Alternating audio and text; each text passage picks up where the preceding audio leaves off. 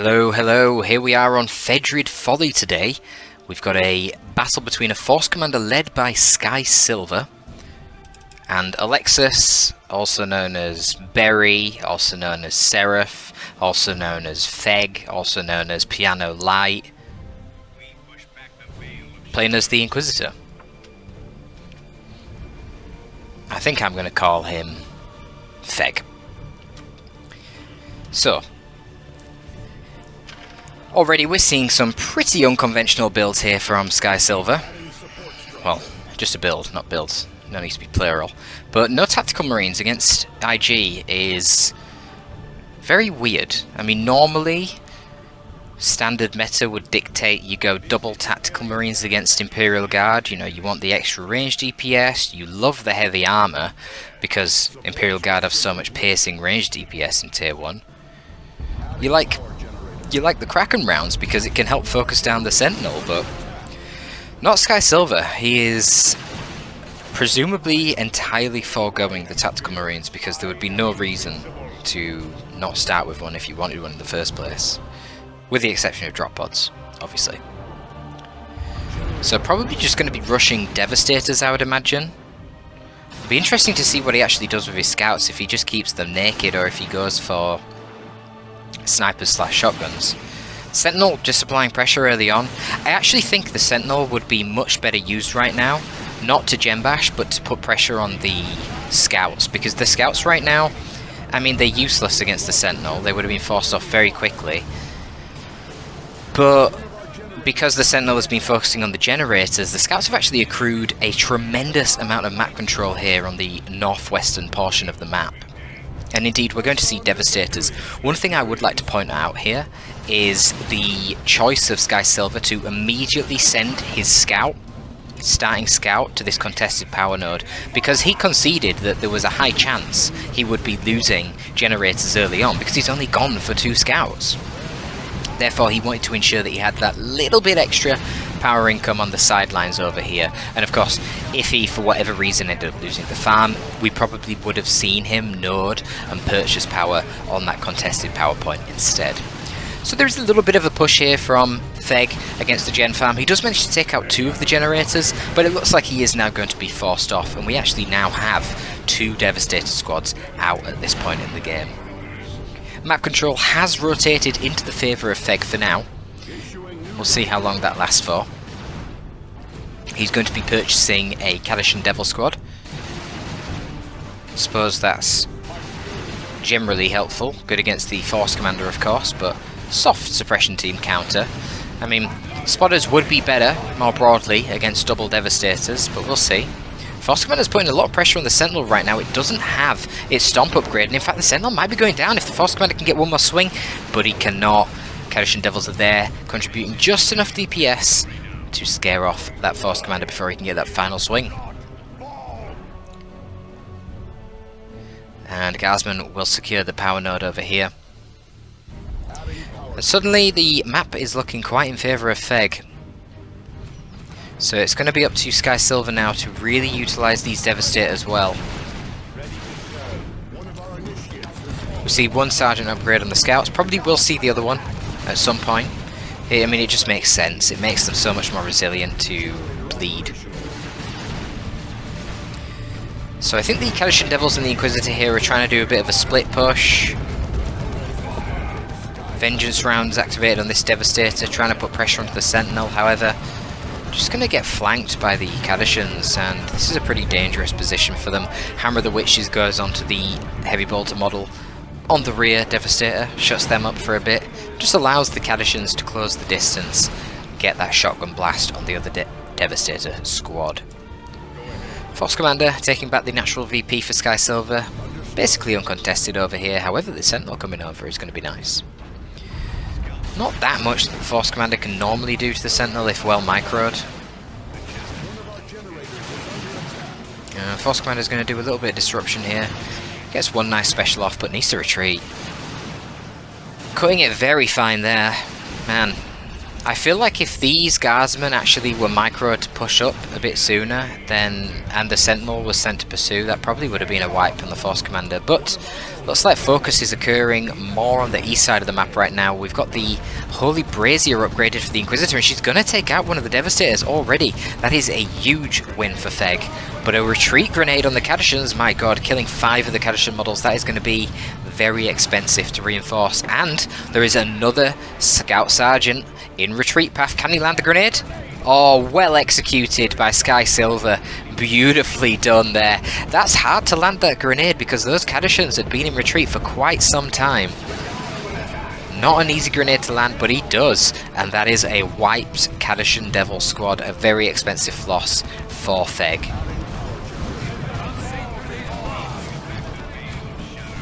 Map control still in favour of Feg, however. Economy-wise, the players are somewhat even, actually slightly in favour of Skysilver, but he is opting to bring down some Tactical Marines now out of the drop pod. Yeah, I don't know. I guess that's fine. I wonder if he normally does that, or if he normally waits till tier 2. I'm curious if he feels like he needs the tax now because he lost the Devastators, just to get a bit more boots on the ground. Feg's going to be replacing his Catachans, so both players are doing what is necessary to ensure they have 4 squads each. We're not going to be getting any fast tier 2s in this game. This could be a pretty scary push now onto the power farm. Tactical Marines immediately upgraded into a Flamer. Obviously the Devastators are there providing some overarching fire. Catachan Devils will approach the Tactical Marines. Just going to force melee on them, get them to stop flaming down the gens. Tax will lose 1v1 to the Catachans because they will just force melee. However, oh my god, the Inquisitor went down there, that's not good. Ooh, and Vengeance rounds down the Devastators. They're not focus firing the Sentinel, and I think the Shotgun Blast might save them. This is really risky because the Sentinel can't be suppressed, so it's still shooting. Yeah, Catachans do get into melee with the Tax, and you can see they are ripping them to pieces. Hilariously, the Tax did actually kill a Catachan. But likewise, the Tactical Marine does die before getting out of there, and that is going to be a mass rout for Skysilver. Fortunately for him, though, the Force Commander wasn't wasting his time. He has managed to cap the natural VP back this wreck, and is now working on taking the natural VP of Feg. Feg a little bit behind on VPs, but nothing too major. He has kind of been struggling to secure this contested area, the little valley. Oh, this is interesting, really. Wow, he's got the servo skull? That seems an odd purchase. I mean, I'd understand if he wasn't replacing the Catachans and thus had no detector to deal with annoying infiltrated grenades, but he did replace the Catachans, so I don't know. Strange choice. Strange choice.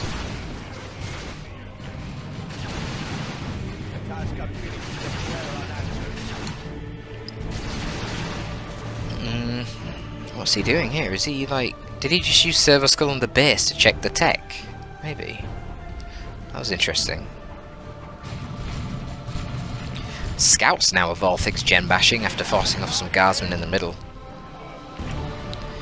They are now in retreat path of the Catachans. Catachan Devils need to be careful.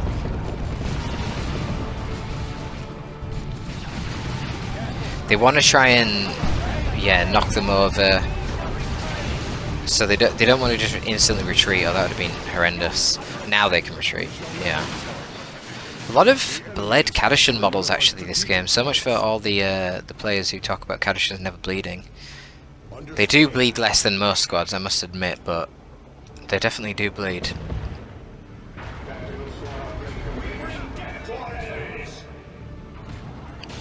For the Emperor there on the Devastators.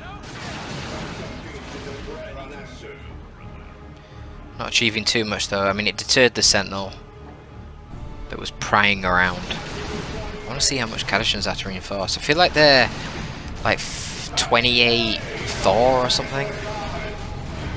Hell Fury. Okay, that damage over time should be able to get rid of the Devastator, certainly in tandem with the Sentinel. Has Skysilver noticed? Yes, he has, okay. Quite desperate there from Skysilver to try and cap that VP. I mean, just chill out, man. You don't need to be bleeding models. You're ahead in VPs anyway, you know, just allow it.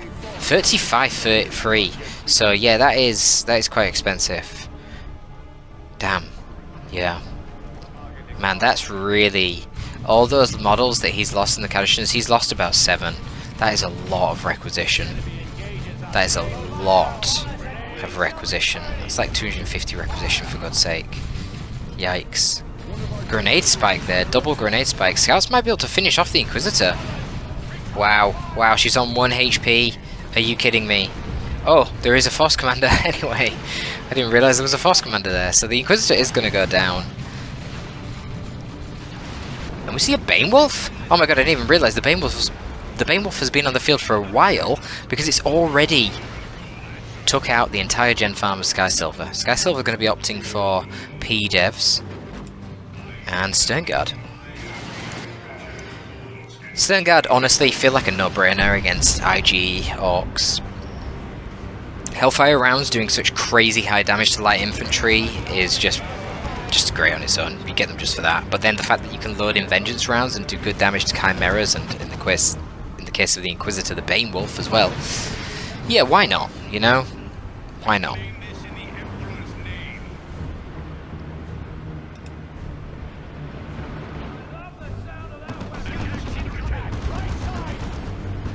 So we'll see how this P-Dev goes. A little bit of setup team layering. Look at the flank from the Beowulf, but there are, you know, vengeance round Sternguard. I don't think they want to be forcing melee yet. They need to do that when the Beowulf is trying to actually escape. The Sentinel missile launcher kind of cooking the devs there, just, you know, makes them very useless. Oh, I thought the P-Dev was aiming at the Beowulf then. It really could have shot it, and that probably would be a dead Beowulf by now. Oh my goodness. I mean, what is the P-Dev doing? Why is the P-Dev not shooting at the Beowulf? Well, now it can't because the Beowulf walked out of the Arc of Fire.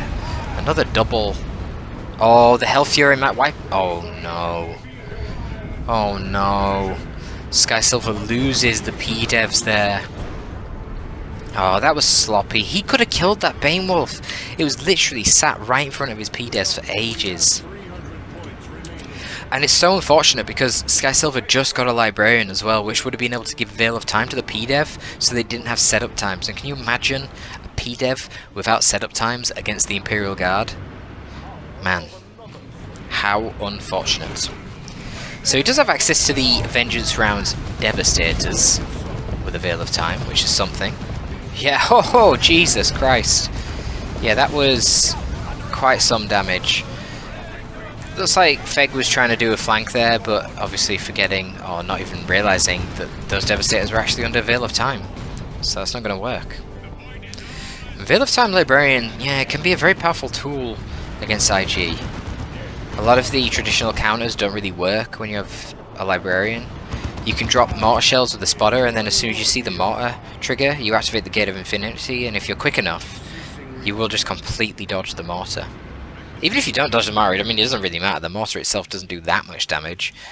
You'll teleport your Devastators straight out of the missed position. Tier 3 for Feg. Quite bold, given he is currently triple capped and he is lower in units. But he still has a lot of VPs, to be fair.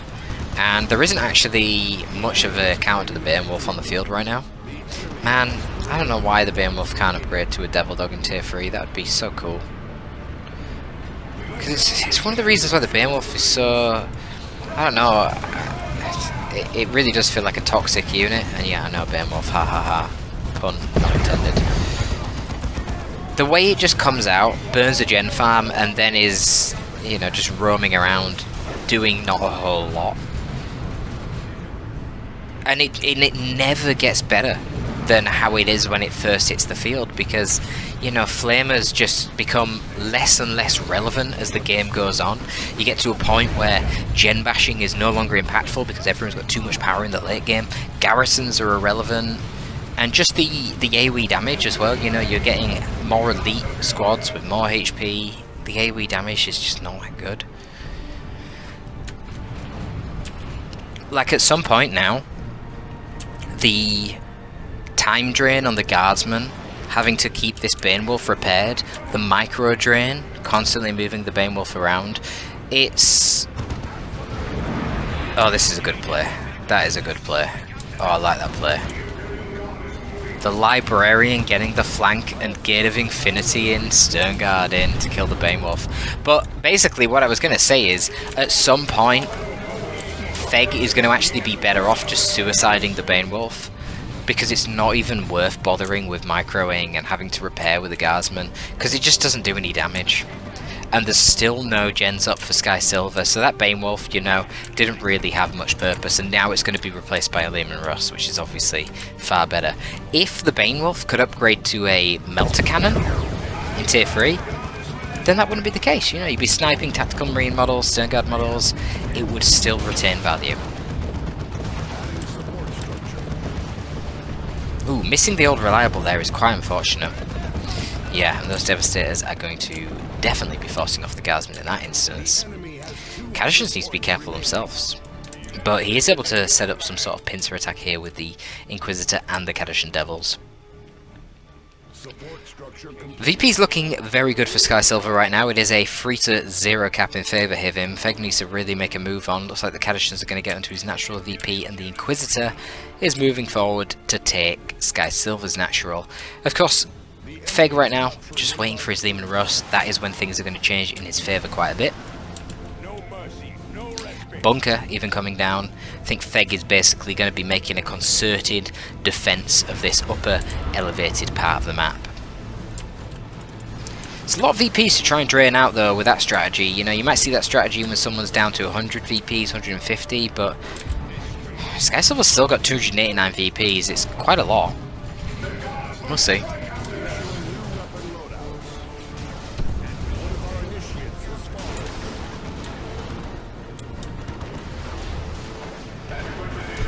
Now the natural follow-up here for Feg will be to get some Kassakin whenever he gets the resources. They're going to be really powerful. There's nothing that basically deals with heavy infantry. They cap faster as well with their Sergeant. And of course they can get plasma guns, so... yeah, Kassakin would be amazing right now. I actually probably would prioritise Kassakin over getting the Executioner Cannon on the Lehman Russ. Maybe. Executioner Cannon on the Lehman Russ would also be pretty fantastic. But I think he just needs the capping power. You know, you could keep sending Kassakin down that southeastern part of the map. There's not really any one unit that could take on the Kassakin from Alexis's army. Not Alexis, from Skysilver's army. And actually, furthermore, I don't even think 2 scouts could take on 1 Kassakin.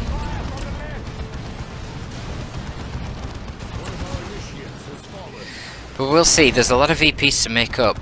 It is a 1-to-1 cap right now, but 289 to 106 is quite a difference. Skysilver delaying a little bit here with a force barrier from the Librarian. Lehman Russ misfires. And the Inquisitor's on that contested VP, so, you know, Feg's doing what he needs to do right now, to be honest. Sternguard Vengeance rounds just poking the Lehman Russ. I mean, you've got a double Guardsman there ready to support. You know, the Lehman Russ is basically immortal. There is a Power Fist Force Commander now moving up, actually hit by his own Plasma Cannon there, which is quite unfortunate. And obviously this is quite telegraphed. So yeah, he's actually going to back out, teleport backwards in order to deal with flanking Kadishan Devils, who are now getting power melee hits on in the retreat path of that last cannon team. But they are forced off. Sternguard just tanking as much as possible here. And the Force Commander's overextending. Yeah, he needs to get out of there. Look at how little damage the Lehman Russ takes from a Plasma Cannon right to the face. So scary. Such a tough tank to deal with. And now it's got an Executioner Cannon. Now, that is going to absolutely melt any Marines it fires at.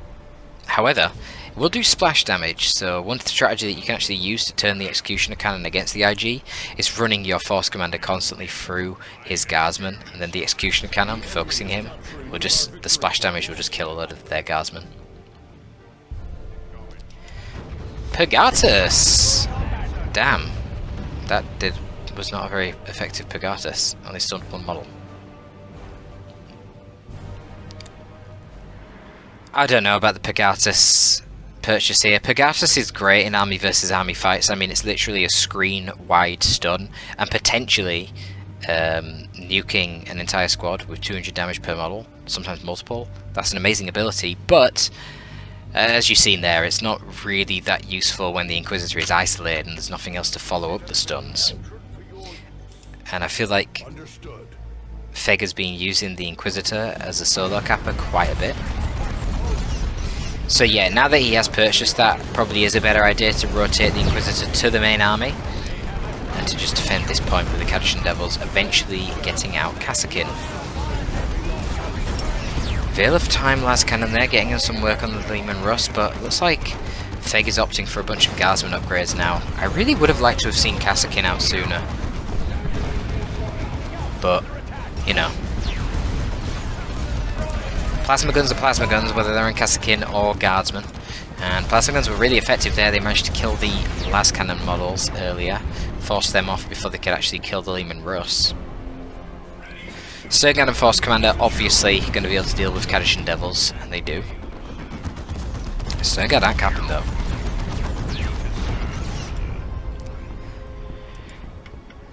Not too long now till till Kassakin can come out. Don't think the P-Devs can see down here. No, they can't. Clearly in range. They can't see the enemies. Now that the Librarians move forward, they can. Will it hit? Ooh, beautiful hit. Yep, gotta retreat them. Nasty hit. So we've got a medical bunker here. Feg probably going to rotate back to that. Single target damage on the Executioner, not so great. Definitely does rely on its splash damage. See, the bunker actually technically can be killed quite easily by the P-Devs, just attack grounding. Which is what they should do. You'll see how effective the Lehman Rus is though with the Executioner against squads. I mean, Jesus. It just melts them. What's going on over here? So... oh wow, the Force Commander went down.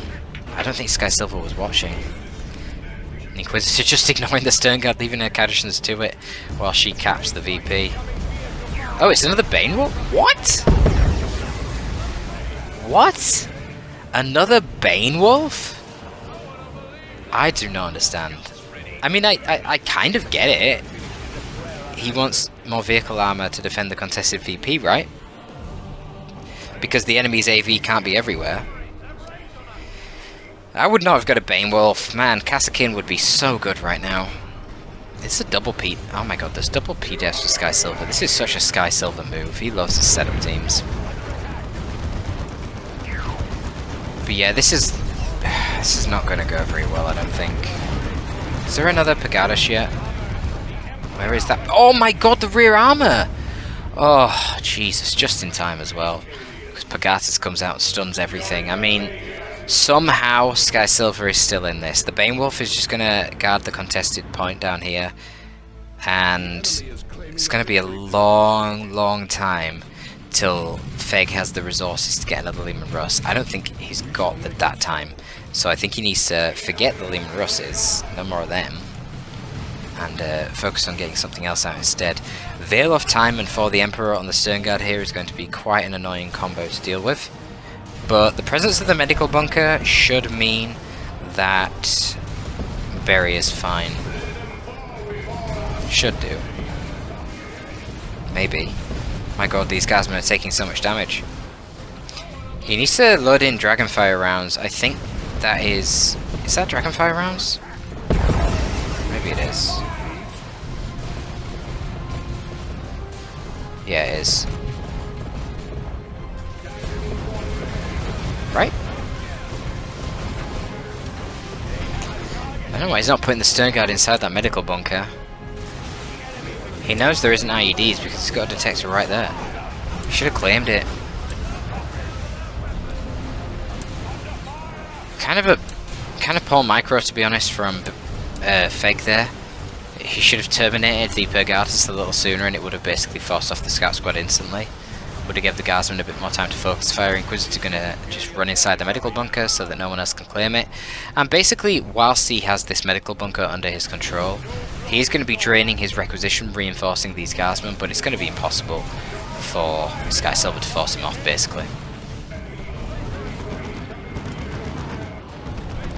Kadashan's still just chilling out, guarding the contested. Skysilver not even sending anything to go get it, basically. And Skysilver even microing his P-devs. Could finish it off with a Hammer of the Witches. Doesn't even need to at this point. You've got a level 5 Inquisitor. Still rocking her Holy Brazier. But that Plasma Pistol becoming a lot more scary now that the Inquisitor's level 5. Going to be getting Ogryns.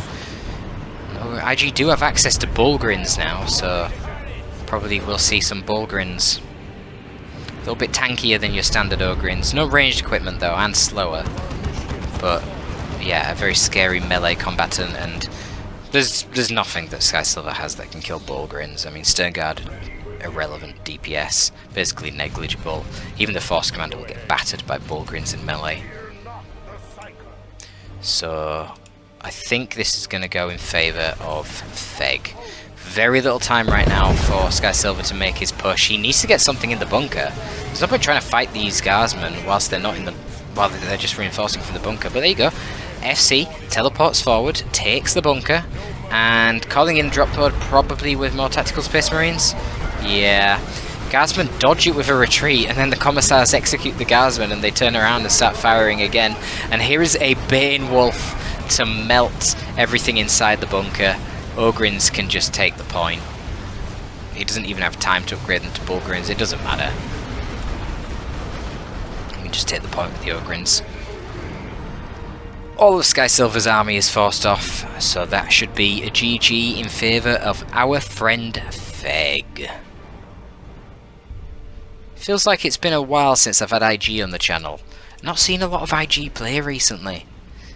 You know, ever since the Chimera got that nerf, here we go, here are the Bullgryns. They've got some Electro shields. Very scary boys. 2,400 super heavy infantry armor, 600 each. That poor last cannon does not stand a chance. Bonk, bonk. Ever since the Chimera got changed so that you have to put 2 units in it to make it shoot, seen a lot less Imperial Guard, and also a lot less Chimeras. It's also kind of making the Inquisitor a lot better with her sort of weird skirmishing style playstyle. You know, you can go for the Beowulf instead of the Chimera. She gets cheaper Stormtroopers via a global, etc, etc. But there you go, that's going to be all from me. If you want more of this, you can find it on the Patreon. It's $5 a month. You instantly get access to a huge repository of previous casts. 17 or 18 by the time of this recording. And you get an extra cast every 2 weeks. Check it out if you want to support the channel or you want any more of that bonus content. That is going to be all from your boy Torpid today. Thank you for tuning in, folks. Torpid signing out.